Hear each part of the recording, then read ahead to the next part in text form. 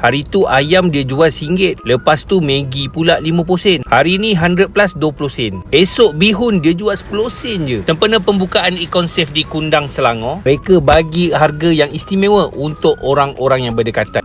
Kalau daripada jauh nak datang ke pembukaan Econ Safe di Kundang ni pun boleh juga. 4 hari ni diorang bagi harga yang gila-gila tak masuk akal tu.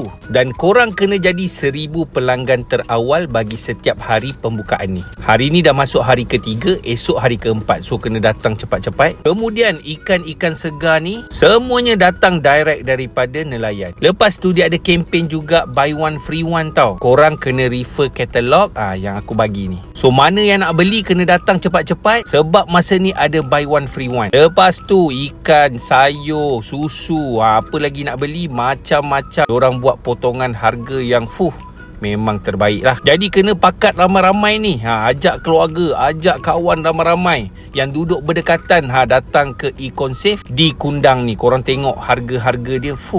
Rasa macam nak start kereta sekarang terus pergi beli barang.